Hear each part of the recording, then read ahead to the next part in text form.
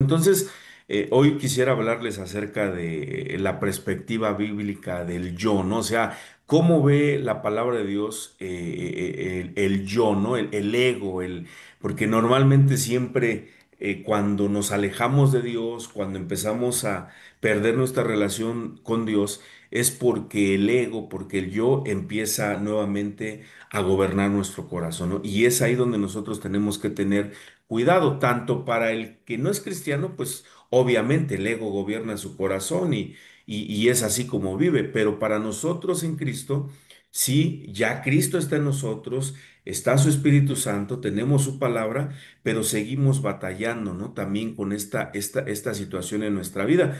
Entonces, hoy quisiera compartir esto, ¿no? La perspectiva bíblica del yo. Y vemos que la sabiduría de este mundo nos enseña engañosamente que creer que uno mismo es esencialmente bueno Tiene licencia. es fundamental para Pero vivir bueno, pero para una asegurar vida la licencia. realizada, ¿no? Ya tiene. O sea, a veces decimos, no, es que yo voy a lograr esto, yo a través de mi esfuerzo voy a lograr aquello, a través de mis logros, a través de lo que yo alcance, ¿no? Por el potencial que yo tengo. Normalmente esa es la perspectiva del ser humano, ¿no? Que todo lo que logras lo logras por ti mismo, ¿no? Porque tú eres muy bueno, porque tienes ciertas habilidades, tienes ciertos talentos. Y sin embargo, este punto de vista, ¿no? De que a través de que todo lo que yo hago, que logre ser algo bueno, pues ahí ya voy a tener todo hecho, ¿no? Entonces, este punto de vista está equivocado, porque pasa por alto los resultados tristes, devastadores del fracaso del hombre, ¿no? ¿Dónde comenzó todo? En el principio con Adán y con Eva, al no obedecer a Dios. Y la Biblia enseña que una vida abundante no depende de tener una buena autoimagen o una buena autoestima o siempre, no, es que yo puedo, si yo lo quiero, lo voy a lograr. No, no, no depende de eso. En cambio, la satisfacción de esa vida en abundante depende de nuestra relación con Dios y en una respuesta bíblica al problema del yo. Vuelvo a repetir esta parte. En realidad, yo tengo que tener claro que la satisfacción de una vida en abundancia depende de mi relación con Dios y de una respuesta bíblica al problema que todos nosotros lidiamos, que es el enemigo a vencer, que yo, que soy yo mismo, ¿no? Entonces, ¿qué me dice la Biblia acerca de esto? Porque la Biblia es la guía, es el manual, es el GPS para cada uno de nosotros. No había yo entendido esta parte, pero en alguna ocasión en uno de los cursos decía una ilustración que no hay cosa más triste que estar perdido, o sea, no hay cosa más desesperante que alguien te invite a algún lugar, pero no te dé la dirección, porque te sientes perdido, o sea, tú vas y buscas y dices, pues ¿a dónde voy? ¿Cómo llego? ¿Cómo le hago?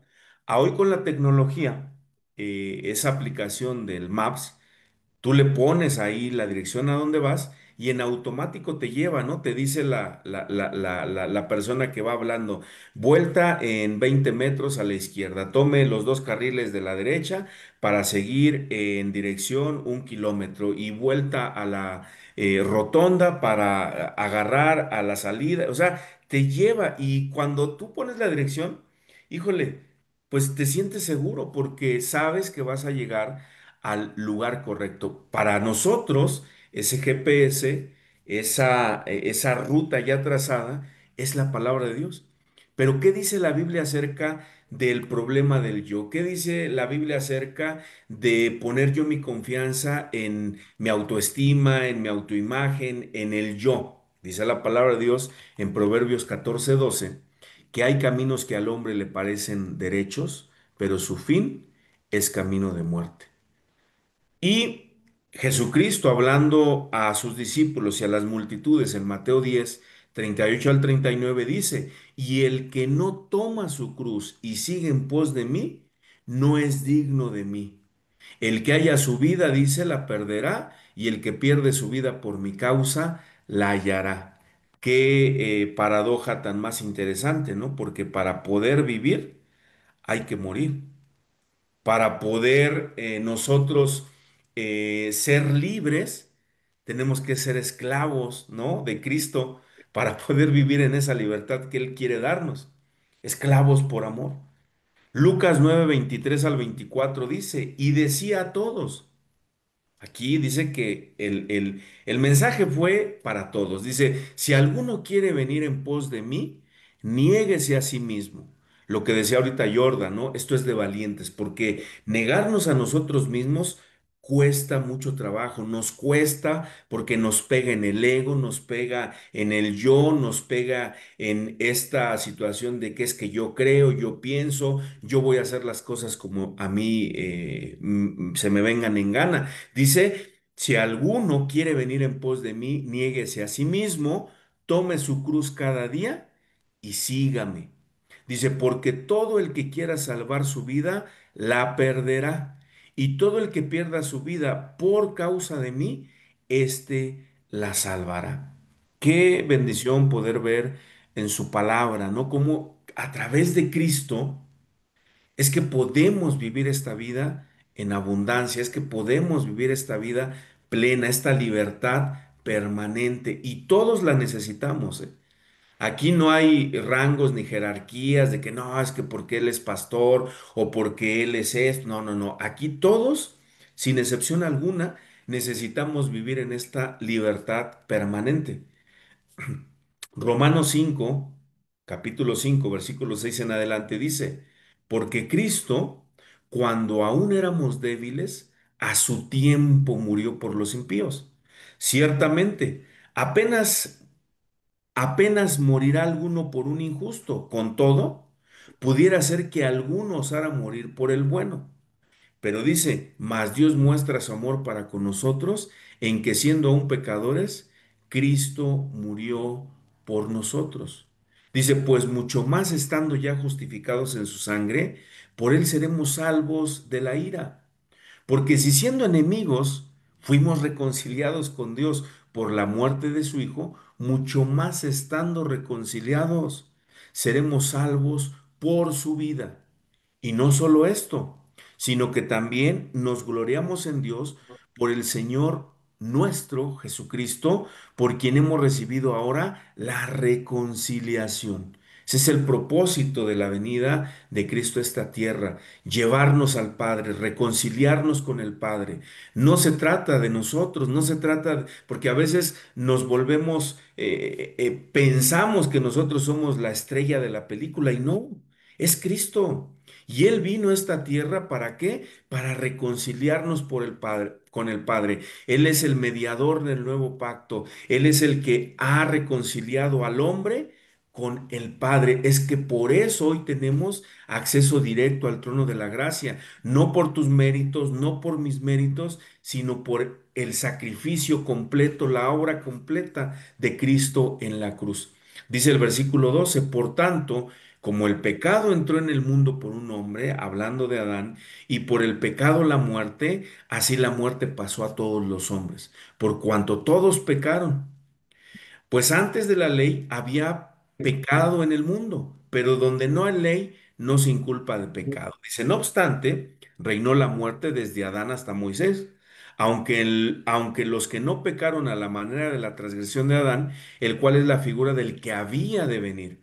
Pero el don no fue como la transgresión, porque si la transgresión de aquel, porque si por la transgresión de aquel uno perdón, dice el 15, pero el don no fue como la transgresión, porque si por la transgresión de aquel uno murieron los muchos, abundaron mucho más para los muchos la gracia y el don de Dios por la gracia de un hombre que es Jesucristo. Aquí no está hablando, sí, ok, por Adán entró el pecado, pero por Cristo entró la salvación, ¿sí? Y esto dice que nos habla acerca de que no es por nosotros, no es por nuestros méritos, es por Cristo, es por su sacrificio. ¿Sí? Y entonces Pablo entiende, ¿no? Esta, este problema que existe en nosotros, ¿no? Dice en Romanos 7:15, ¿no? Dice, porque lo que hago no lo entiendo, pues no hago lo que quiero, sino lo que aborrezco, eso hago. Y si lo que no quiero esto hago, apruebo que la ley es buena, de manera que ya no soy yo quien hace aquello, sino el pecado que mora en mí. Y yo sé que en mí, esto es, en mi carne, no mora el bien, porque el querer el bien está en mí, pero no el hacerlo, porque no hago el bien que quiero, sino el mal que no quiero, eso hago, ¿no? Entonces, vemos aquí cómo Pablo, él dice, encuentro un problema en mí que con el que a diario estoy batallando es conmigo porque sé que debo hacer lo correcto, pero normalmente termino haciendo lo que es incorrecto, ¿no? Ahora, esto es algo bien importante, ¿no? Porque el que vive alejado de Cristo, pues él vive empecinado, ¿no? Él vive engañándose a sí mismo y sigue viviendo de esta manera, ¿no? Para él es natural pecar, para él es natural hacer lo malo, porque pues no ha venido la luz de Cristo a su vida, no ha resplandecido el Evangelio de Cristo. Pero para nosotros, aunque estamos en esta batalla, a hoy tenemos a Cristo de nuestro lado, ¿no? Y esa es la buena noticia. Sí, va a haber ocasiones en que vamos a tropezar, podemos pecar, claro, pero no podemos seguir practicando el pecado. Porque si seguimos leyendo, sí, si seguimos leyendo, Pablo nos sigue abriendo nuestro entendimiento a través de la palabra de Dios, a través de la revelación del Espíritu Santo. Y él dice en el versículo 24, miserable de mí, ¿quién me librará de este cuerpo de muerte? Dice, gracias doy a Dios por Jesucristo, Señor nuestro. Así que yo mismo con la mente sirvo a la ley de Dios, mas con la carne a la ley del pecado. En el capítulo 14, versículo 7 al 8 dice, porque ninguno de nosotros vive para sí y ninguno muere para sí. Pues si vivimos para el Señor vivimos y si morimos para el Señor morimos. Así pues, sea que vivamos o que muramos, del Señor somos. Y en segunda de Corintios 10, 17 y 18 dice, mas el que se gloría, gloríese en el Señor, porque no es aprobado el que se alaba a sí mismo, sino aquel a quien Dios alaba. Y en Efesios 2:1 en adelante dice, y Él nos dio vida a nosotros cuando estábamos muertos en nuestros delitos y en nuestros pecados, en los cuales, pues dice, anduviste en otro tiempo siguiendo la corriente de este mundo, conforme al príncipe de la potestad del aire, el espíritu que ahora opera en los hijos de desobediencia, entre los cuales también nosotros, todos nosotros, vivimos en otro tiempo, en los deseos de nuestra carne, haciendo la voluntad de la carne y de los pensamientos, y éramos por naturaleza hijos de ira, lo mismo que los demás. Pero Dios, que es rico en misericordia, por su gran amor con que nos amó, aun estando nosotros muertos en pecados, nos dio vida juntamente con Cristo. Por gracia son salvos. Y juntamente con Él nos resucitó y asimismo nos hizo sentar en los lugares celestiales con Cristo Jesús para mostrar en los siglos venideros las abundantes riquezas de su gracia en su bondad para con nosotros en Cristo Jesús, porque por gracia somos salvos por medio de la fe, y esto no es de nosotros, no es de ustedes, pues es un don de Dios, no por obras, para que nadie se gloríe. Pues qué bendición, ¿no? Poder ver que es en Cristo y por Cristo que nosotros podemos tener este cambio de perspectiva. Si antes yo vivía bajo el dominio del enemigo y bajo el dominio de mi ego, a hoy puedo vivir una vida diferente. Hoy puedo vivir una vida que agrade a Dios, porque normalmente la gente sin Cristo, el hombre sin Cristo, ¿sí? Tiende a hacer su propia voluntad, tiende a vivir como él piensa que es correcto, pero nos damos cuenta, como decía al principio, la palabra de Dios, que hay caminos que al hombre le parecen rectos, pero su final es muerte. Entonces, podemos darnos cuenta que Adán y Eva, ¿sí? Fueron creados a la imagen de Dios, fueron creados con esta perfección que venía de parte de Dios. Tenían libre voluntad y a raíz de esa libre voluntad pues ellos decidieron tomar el camino correcto o el camino correcto, ¿sí? Porque del hombre sin pecado al hombre pecador, o sea, a la caída de la humanidad. Ellos fueron creados conforme a la imagen de Dios. Génesis 1:27 lo dice, y creó Dios al hombre a su imagen, y a imagen de Dios lo creó, varón y hembra lo creó. Vivieron en un mundo sin pecado, porque dice Romanos 5:12, cuando Adán pecó, el pecado entró al mundo. El pecado de Adán introdujo la muerte, de modo que la muerte se extendió a todos porque todos pecaron. Era un mundo en perfección, era un mundo creado por Dios de una manera perfecta. Fueron bendecidos por Dios, ¿sí? Génesis 1:28 lo dice, y los bendijo Dios y les dijo, fructificad y multiplicaos y llenar la tierra y sojuzgarla, y señoren en los peces del mar, en las aves de los cielos y en todas las bestias que se mueven sobre la tierra. Fueron una sola carne. Génesis 2:22 dice que de la costilla y de la costilla que Jehová Dios tomó del hombre hizo a la mujer y la trajo al hombre.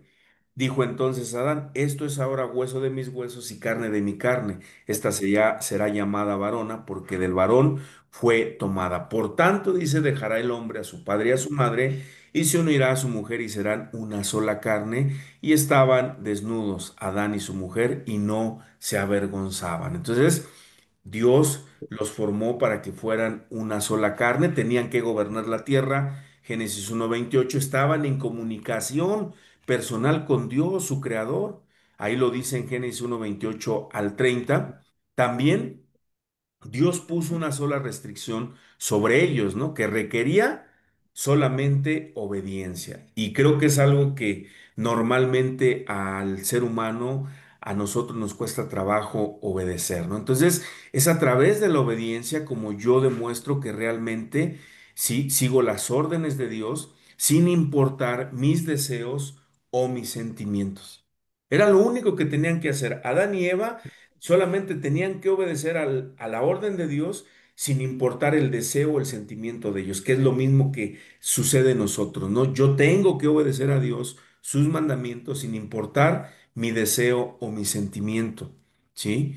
Y Dios les da esa orden, les da esa restricción y les dice en Génesis 2:16 al 17, y mandó Jehová Dios al hombre diciendo, de todo árbol del huerto puedes comer, mas del árbol de la ciencia del bien y del mal no comerás, porque el día que de él comieres, ciertamente morirás. Entonces, la obediencia está definida como una acción de cumplir la voluntad de alguien quien manda algo, ya sea una persona, una ley o una norma. Implica respetar y acatar las indicaciones o instrucciones dadas por esa autoridad o figura de poder. En este caso, ellos perdieron su lugar de privilegio con Dios cuando cayeron, cuando cedieron a la tentación al fijarse en sí mismos, es decir, codiciando, llenándose de orgullo en su sabiduría y satisfaciendo los deseos de su carne, que es todo lo que el mundo ofrece. Y este mismo problema que tuvo Adán y Eva es el mismo problema que todos los seres humanos siguen teniendo hasta el día de hoy, siguen codiciando, siguen llenándose de orgullo en su propia sabiduría. Dice la palabra de Dios que haciéndose sabios se hicieron necios, satisfaciendo los deseos de su carne, que es lo que el mundo ofrece. Pero Romanos nos damos 1, cuenta que al final de estas situaciones viene la consecuencia, ¿no? ¿Por qué? Porque sí, tú y yo podemos vivir la vida que nosotros queramos y como la queramos, pero las consecuencias tú y yo no las decidimos. Primera de Juan 2 del 2 al 16 dice, pues el mundo solo ofrece un intenso deseo por el placer físico, un deseo insaciable por todo lo que vemos y el orgullo de nuestros logros y posesiones. Nada de eso proviene del Padre, sino que proviene del mundo. Lo dice así en la traducción viviente. Entonces, ¿qué sucedió? Ellos desobedecieron el claro mandato de Dios al decidir, ellos decidieron comer del fruto, ¿sí? Y lo vemos ahí en Génesis, ¿no? Porque dice que la serpiente, que era el más astuto de todos los animales salvajes que el Señor Dios había hecho, cierto día le pregunta a la mujer, ¿De veras Dios les dijo que no deben comer del fruto de ninguno de los árboles del huerto? Sí, Claro que podemos comer del fruto de los árboles del huerto, contestó la mujer. Es solo del fruto del árbol que está en medio del huerto del que no se nos permite comer. Dios dijo, no deben comerlo, ni siquiera tocarlo. Si lo hacen, morirán. ¿Qué le contesta la serpiente? No morirán, respondió la serpiente a la mujer. Dios sabe que en cuanto coman del fruto se les abrirán los ojos y serán como Dios, con el conocimiento del bien y del mal. Y aquí viene algo bien interesante, ¿no? Porque dice que la mujer quedó convencida, vio que el árbol era hermoso y su fruto parecía delicioso y quiso la sabiduría que le daría. Así que tomó del fruto y lo comió después, le dio un poco a su esposo que estaba con ella y él también lo comió. En ese momento se les abrieron los ojos y de pronto sintieron vergüenza por su desnudez. Entonces cosieron hojas de higuera para cubrirse. Cuando decidieron enfocarse en ellos mismos, pecaron, trayendo las consecuencias del pecado sobre ellos mismos y sobre toda la raza humana. Híjole, qué triste, ¿no? Y todo esto, cuando lo vemos en una perspectiva en nosotros mismos, muchas de las veces nosotros ni siquiera dimensionamos las consecuencias que puede traer nuestra mala conducta. No dimensionamos en qué va a acarrear, ¿sí? Tantos problemas, porque muchas de las veces no solamente nos dañamos a nosotros mismos, ¿no? Sino que dañamos a terceras personas. En el caso de muchos de ustedes, ¿no? Que están pues ahí en ese lugar, pues no solamente ustedes han sido privados de su libertad, sino que también sus familias, ¿no? Las familias son las que pasan por todo este proceso tan triste y tan tedioso y tan, o sea, es difícil, ¿sí? Entonces, a veces no nos damos cuenta, ¿no? lugares. De todo lo que puede acarrear una mala decisión cuando desobedecemos a Dios. Cuando para nosotros parece que es una decisión correcta, parece que esto que voy a hacer es bueno a mis ojos, pero sin consultar a Dios. ¿Por qué sucede que nos equivocamos? Cuando decidimos enfocarnos en mi propia voluntad, en mi propio pensamiento y dejamos a un lado a Dios. ¿Qué fue lo que sucedió? Bueno, pues el resultado fue terrible, ¿no? Porque pues la mujer vino sobre ella, dice en Génesis 3, luego le dijo a la mujer, haré más agudo el dolor de tu embarazo y con dolor darás a luz y desearás controlar a tu marido, pero él gobernará sobre ti. Y al hombre le dijo, dado que hiciste caso a tu esposa y comiste del fruto del árbol del que te ordené que comieras, la tierra es maldita por tu culpa.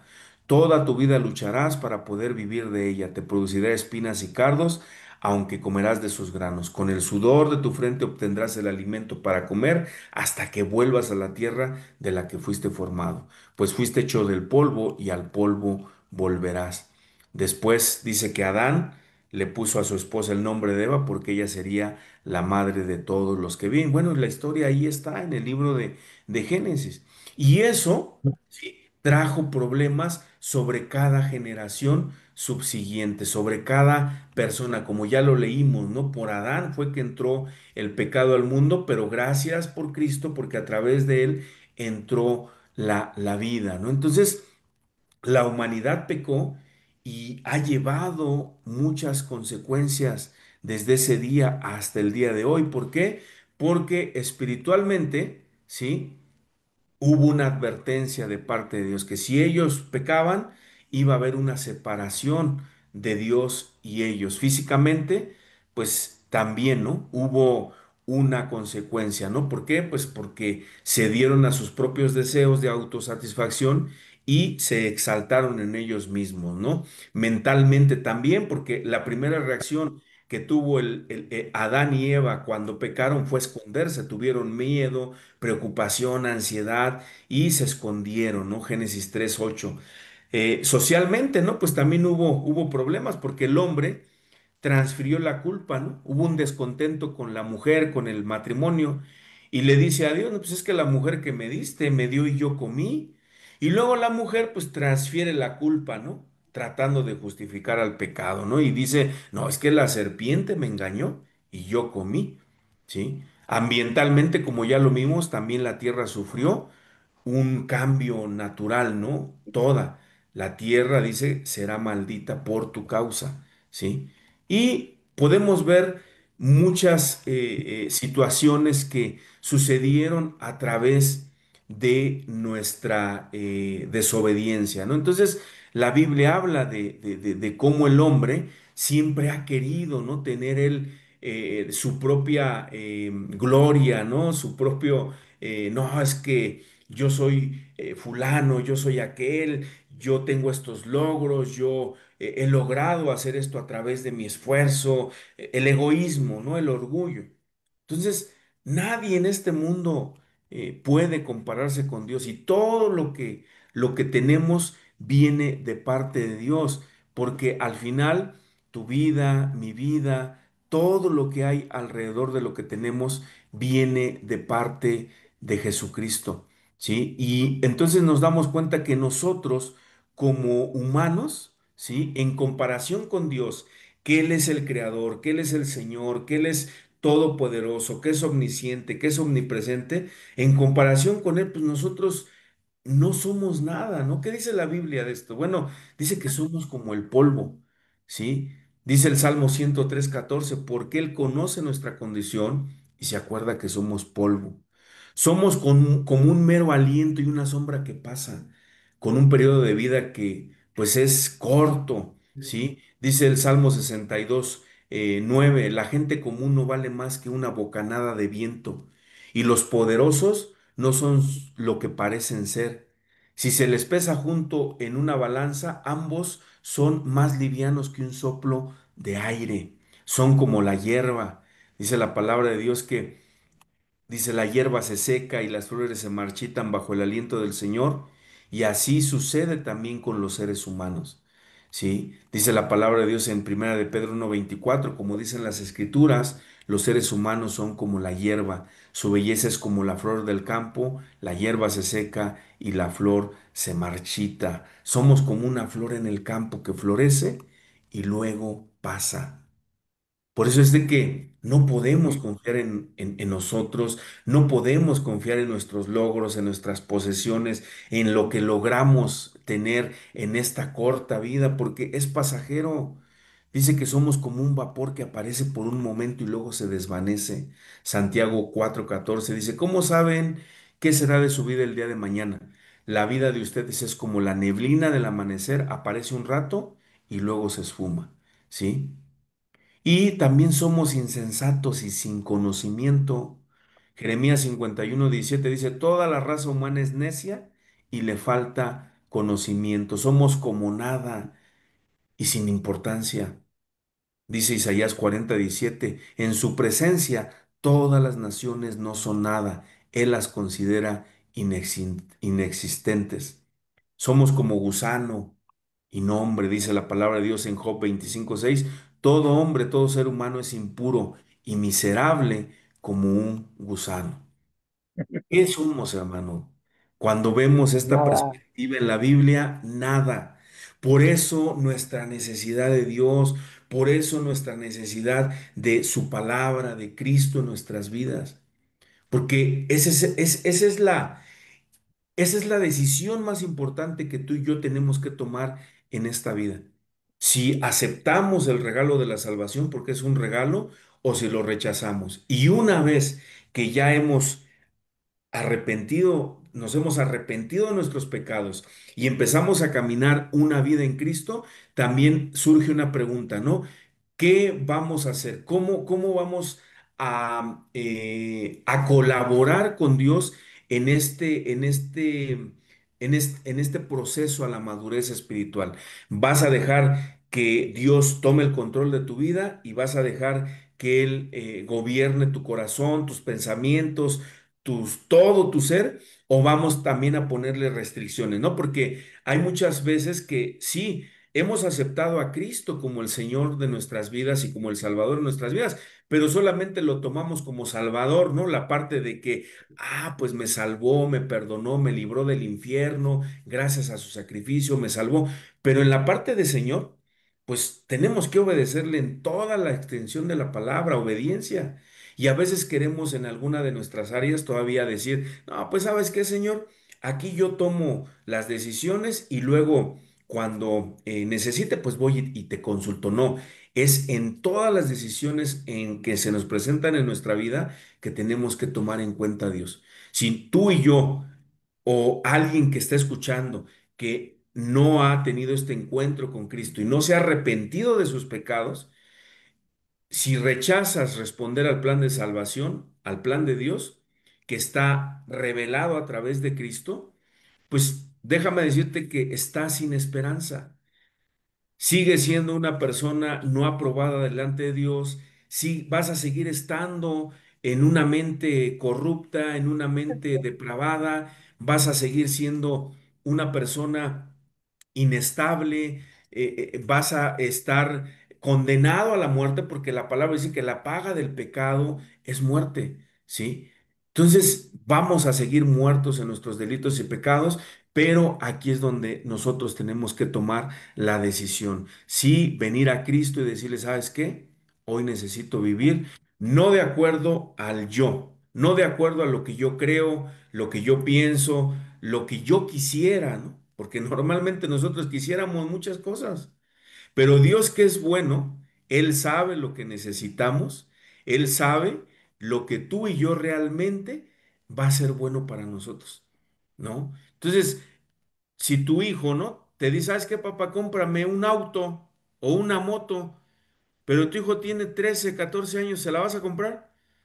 Pues yo en lo Pues personal no se no, la compraría porque le estoy comprando un ataúd, ¿no?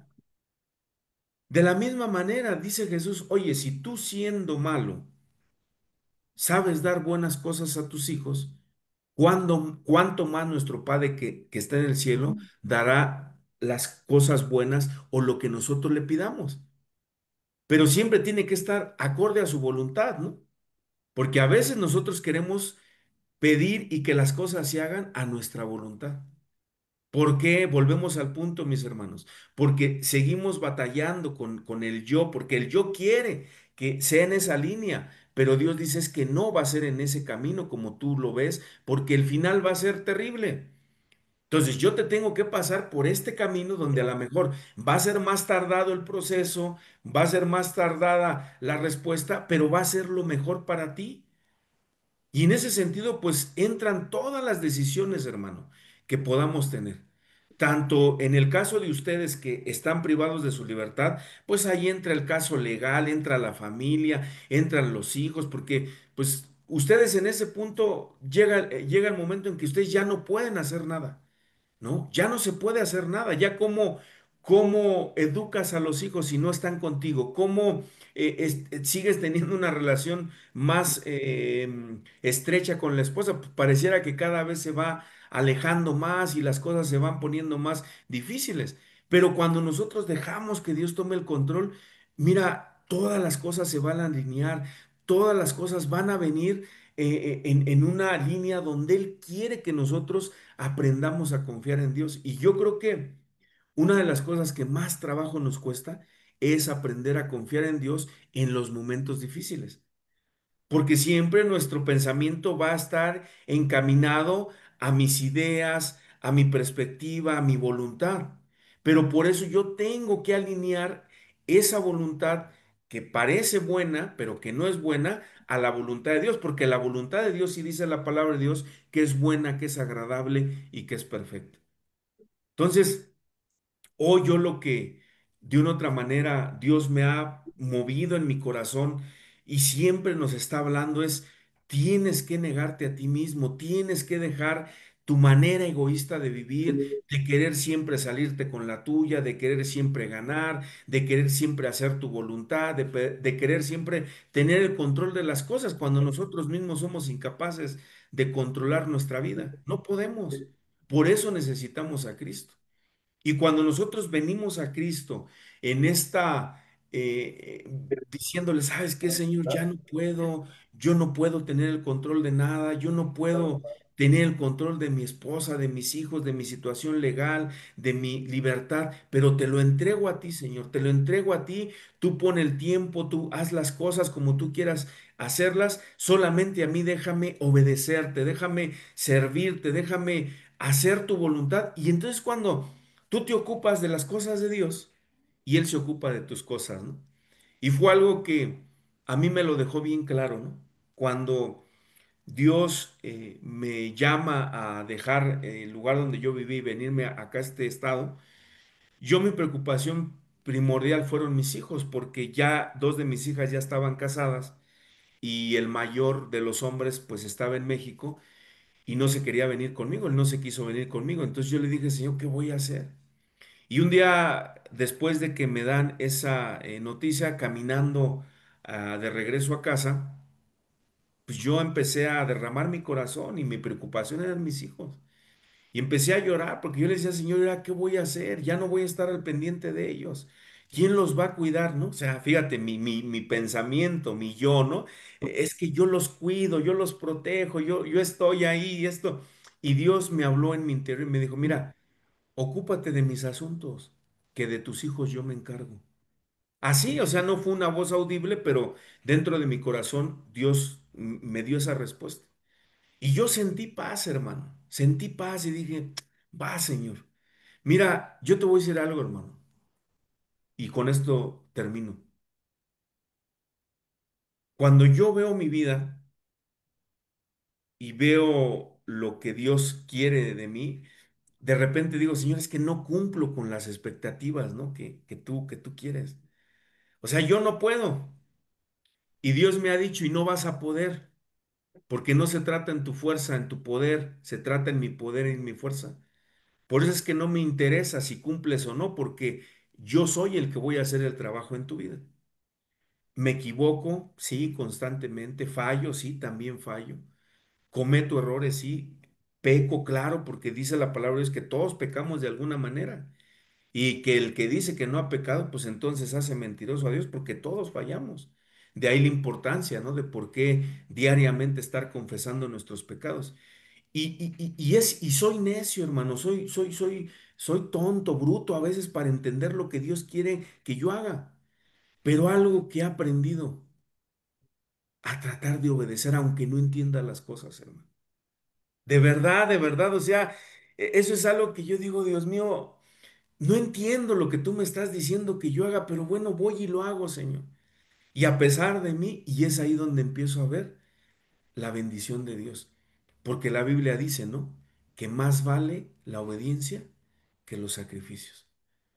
Y más vale obedecer, hermano, aunque no entiendas. Yo no entendía cómo iba a venir aquí. Yo no entendía qué iba a hacer. O sea, yo no entendía. Había muchas dudas, había muchas incógnitas, ¿no? En mi cabeza de cómo iba a llegar hasta acá. Pero cuando yo decidí obedecer, yo dije, Señor, va, si tú estás diciendo que yo lo debo de hacer, pues yo lo hago. Han pasado 2 años y medio, hermano, y hoy veo, ¿no? Cómo Dios dice, es que tú nomás obedece y yo hago las cosas. Entonces, dejemos de confiar en nuestras propias pensamientos, en nuestras propias emociones y dejemos que Dios tome el control de nuestras vidas y obedezcamos, hermano, porque Él, en la obediencia es donde Él se agrada. Además, la obediencia trae la bendición. Ni siquiera tienes que correr tras la bendición te alcanza. Por eso es una Llega. bendición obedecer. Así como también cuando no obedecemos, pues vemos las consecuencias, ¿no? De no obedecer. Pero hoy el Señor quiere que tú y yo confiemos plenamente en Jesucristo. Vamos a orar. Padre, te damos muchas gracias en el nombre de Jesús en esta mañana, pues ya a punto de ser tarde, por este tiempo, Señor. Gracias, Jesús, porque tú, Señor, has planeado, Señor, tú siempre tienes el control de todas las cosas. Tú siempre tienes el control de nuestras vidas, tienes el control del tiempo, tienes el control de cada circunstancia.